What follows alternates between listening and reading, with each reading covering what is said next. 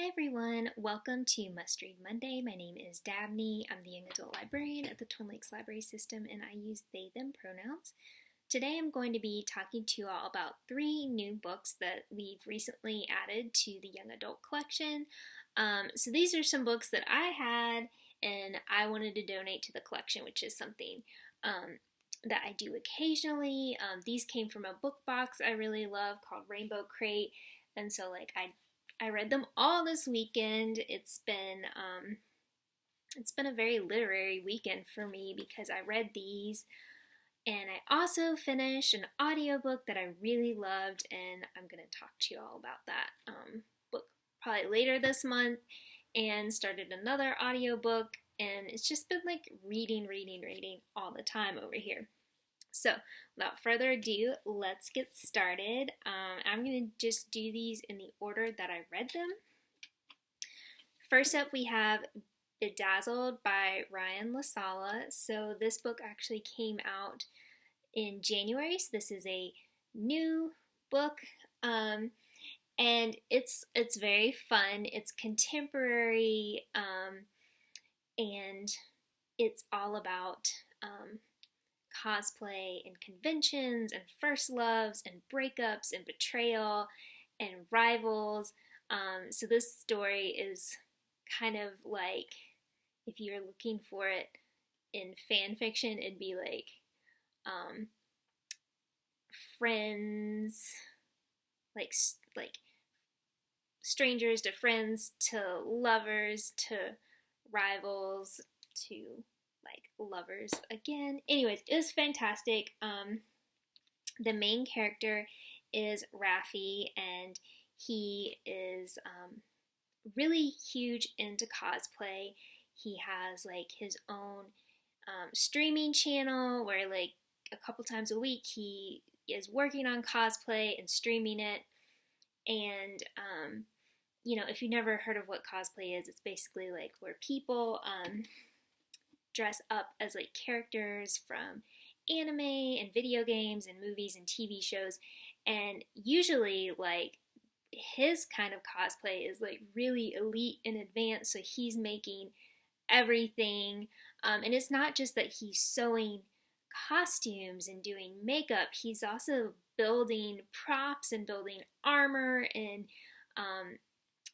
a lot of his like cosplay designs are kind of like reimagining of like the classic costume that he's trying to replicate. Like, it's just really cool. So I really personally loved reading about all of that. It was just really interesting and fascinating, and like even if you don't do cosplay or if you're not like into arts and crafts, I think you'd still probably think it's just interesting. So anyways, that's like his big thing. But his mom is a famous artist, and she actually like completely detests arts and crafts. And when she finds out he does cosplay, she thinks it is embarrassing and plagiaristic, and she's like really super ashamed of him and shames him for his interest. And so he has to like hide all this from her. And honestly, I was like, so he has like a lot of anxiety and stress, and like as I was reading the book, I was feeling a lot of anxiety and stress. So I ended up like reading it one sitting. Anyways, so that's kind of like some about his home life, but the story itself kind of revolves around his relationship with Luca, who is a guy from school who you come to find out he's been watching Rafi's cosplay streams. And so that's how they kind of like bond over that. And Luca starts coming over and like hanging out and learning about cosplay. They get closer and date. And you might be like, Dabney, stop with the spoilers, but like literally you find out a lot of the stuff like pretty early in the book, because the story is told through like the present day timeline and then flashbacks. So it starts out with like Rafi showing up at this convention that he's been like working really hard to build cosplays for. He's going to be competing, like, officially. A lot is riding on this competition. And he shows up there and realizes, Luca, like, they've since broken up, haven't been speaking. Finds out Luca is cosplaying with a mutual friend, and the designs that they're cosplaying as are ones that Rafi had come up with. So I'm like, already like chapter 1, and I'm already just like freaking out, like, what is this betrayal? Like, how could he do this to him? And so I was really curious, like, how they got together and like why they broke up and what was going to happen at this convention.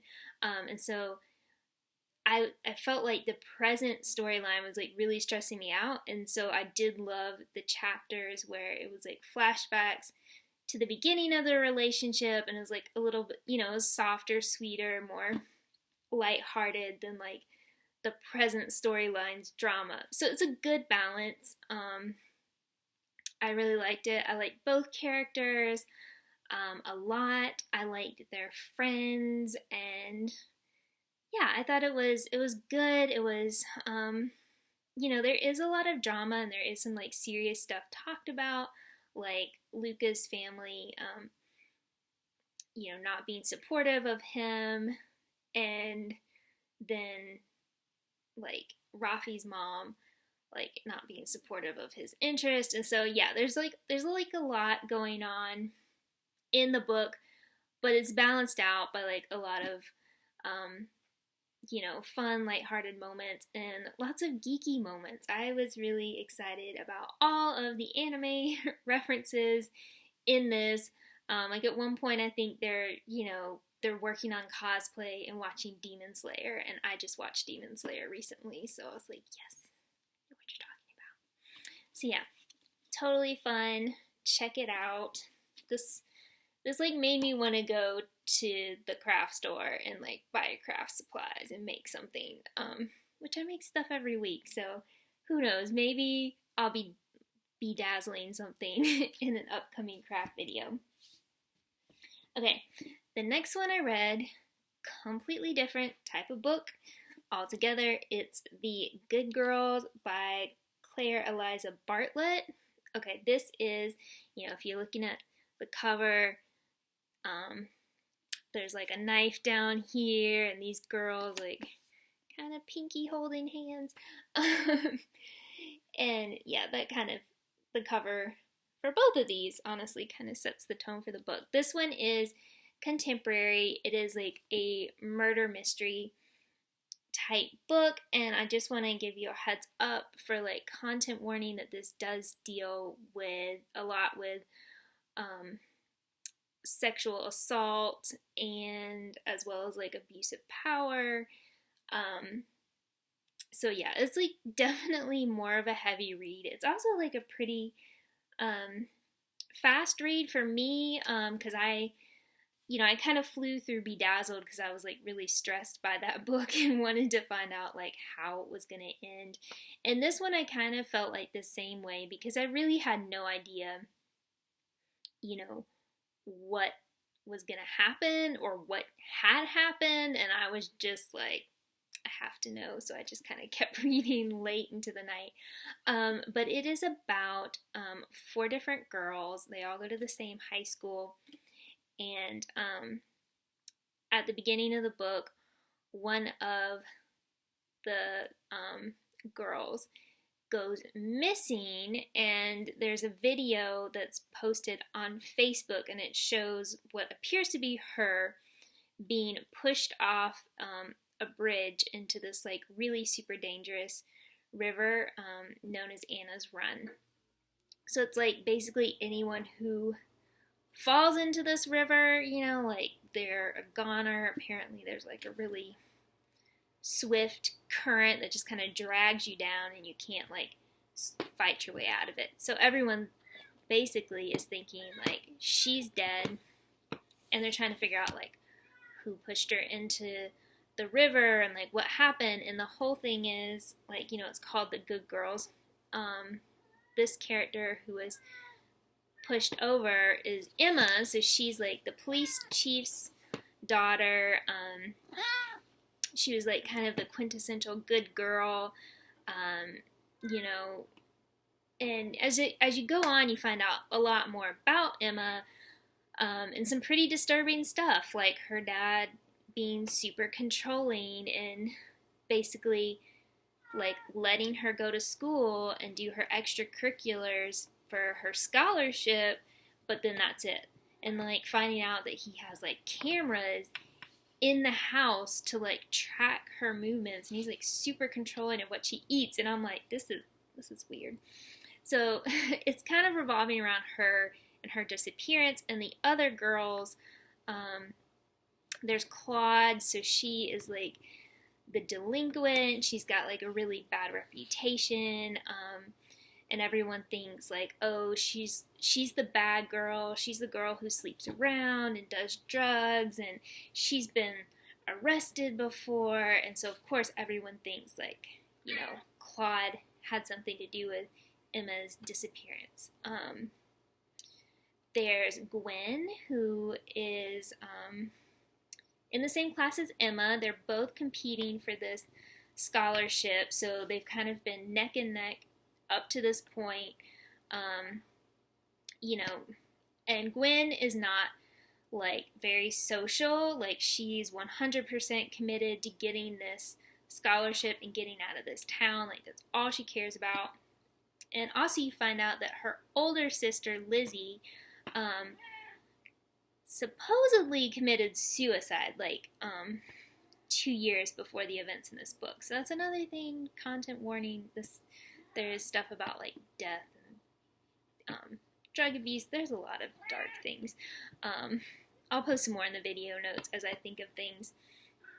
So anyways, Lizzie had died, and of course, like, that was very upsetting for Gwen, and so she's, like, she already wasn't, like, really wanting to have anything to do with her classmates, and then after that, she really shut down because, you know, one of the things in the book that, sorry, that's my cat, that I found, like, personally upsetting is just how vicious a lot of, like, the classmates are, in spreading rumors about people, and how quickly they go from, like, you know, saying, oh, this is so sad that so-and-so died, to basically, like, smearing the person's name. And that happens with Emma as well. At first, everyone's like, oh, she was the good girl, and she didn't deserve this, to later kind of, like, victim-blaming her, and, like, you know, oh, well, what was she involved with that got her killed, that kind of thing. And I was, like,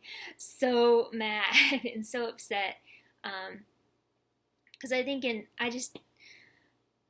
when I'm reading books and there's, like, especially, like, girls, like, being horrible to other girls and gossiping about other girls and, like, dragging them down, I'm like, stop. Please stop doing this. Like, the world already does this to you. Like, stop furthering this toxic behavior. Anyways, so that's another reason I was reading it, because I was getting upset and I was like, I have to keep reading. And then finally, the other girl in question is Avery. She's a cheerleader. She was on the cheerleader squad with Emma. She was also, oh, okay, so I forgot about something else. Emma was also being tutored by Lizzie, Gwen's older sister, when they first got to high school, so that's another connection. But anyways, Avery and Emma were cheerleaders together. Avery is also kind of got this, like, goody-goody type of reputation. Like, she's a cheerleader captain. She's really super nice to everyone. But at the same time, people still kind of, like, are, like, patronizing to her. Like, they don't think she's smart. They don't think she's good enough. They kind of spread gossip about her, too. And so she's got a lot of stuff going on, like, and she's openly bi, and a lot of people, like, kind of look askance at her. Like, as far as the book goes, I think she's, like, the only openly queer character, and so a lot of people kind of, like have these microaggressions towards her, as far as that goes, and then be like, why are you getting so sensitive? It's not a big deal, blah blah blah. So much drama in this book. So you've got all these characters, and they're all um, tied up together in the mystery of like what happened to Emma, and then as it goes on, you start finding out, well, what happened to Lizzie, and was her death like a suicide like the police said it was, or did something else happen? And it is like a lot. It's really heavy. And it, like I said, it does have a lot to do with abuse, like sexual abuse and abuse of power. And so, not to like spoil things, but that is kind of a big part of like the mystery of like what's going on in this school. So if you like mysteries and you like drama and you like complex, interesting female characters, then you might like this. It's set during the winter in like Colorado, and it made me not want to go. I do not like the cold. Alright, final book is The Dark Tide by Alicia Jasinska. I'm hoping I'm pronouncing that right. Also, I just want to say this cover is really pretty and shiny, and I like it a lot. Again, this is different from the other ones. This is a fantasy. It's really cool. It's set on a island in the middle of the ocean that has been populated by witches and people from the mainland who were being like oppressed for whatever reason, and they've come to live on this island, and they kind of have freedom to be like who they are, and they've set up like this really, you know, it sounds like a really great place to live, except that the island is being flooded. And so the dark tide is kind of what they talk about a lot in the book. Is once a year they have to make a sacrifice to appease the tide and keep it from completely flooding the island. So every year the witch queen will sacrifice a young man to the tide.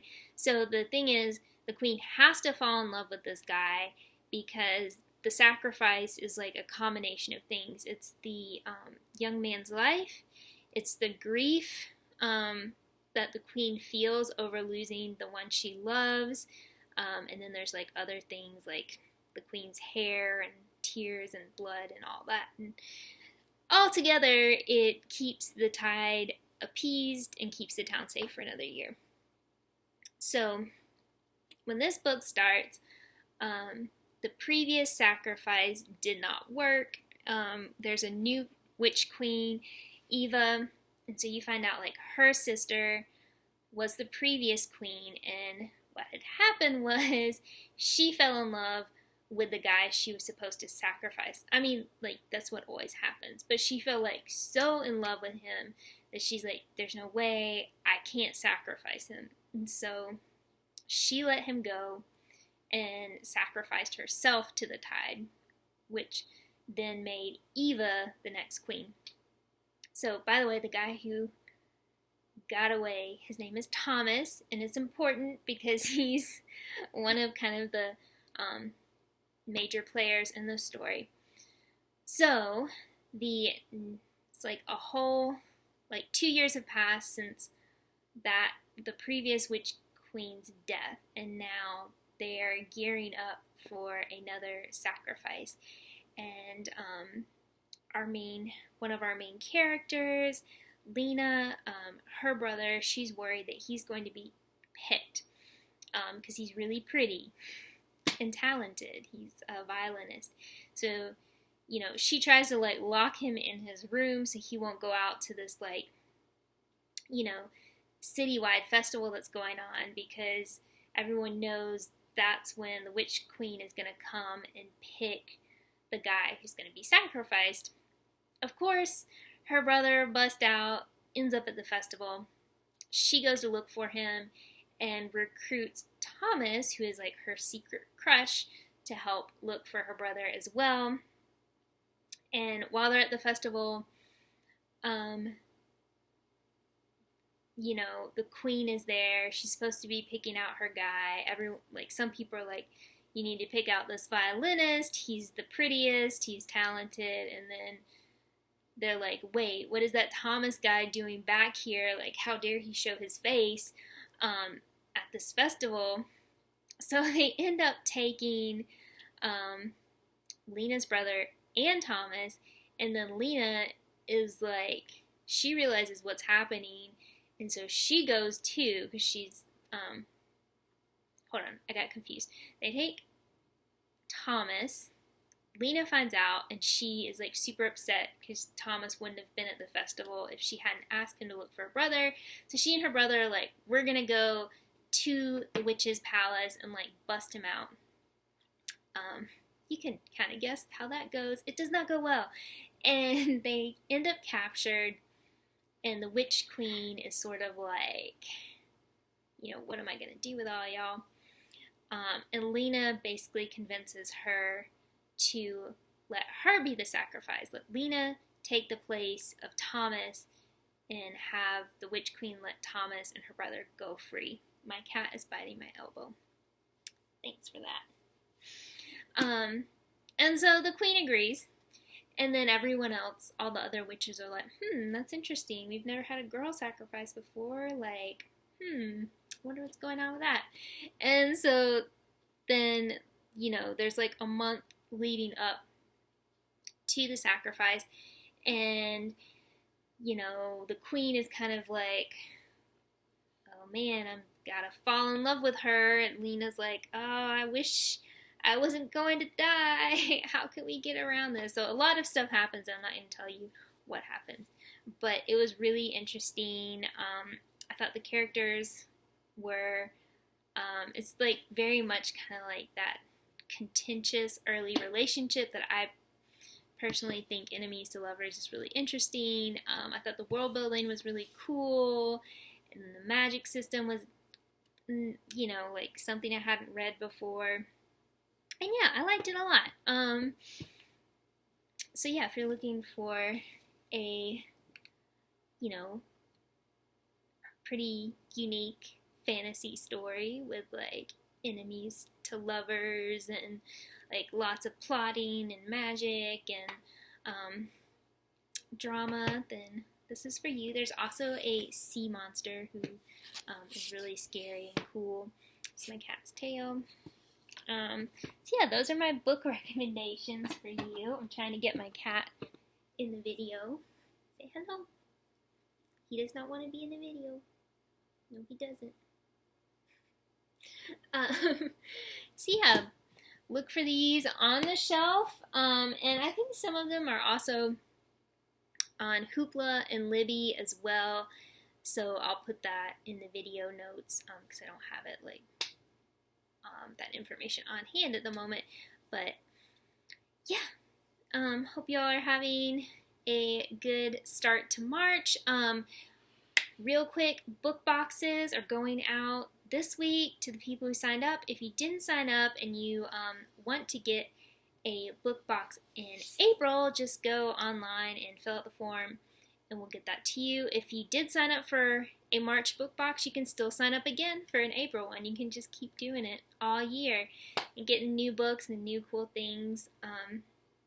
So yeah, good stuff. All right, I'll talk to y'all later. Bye.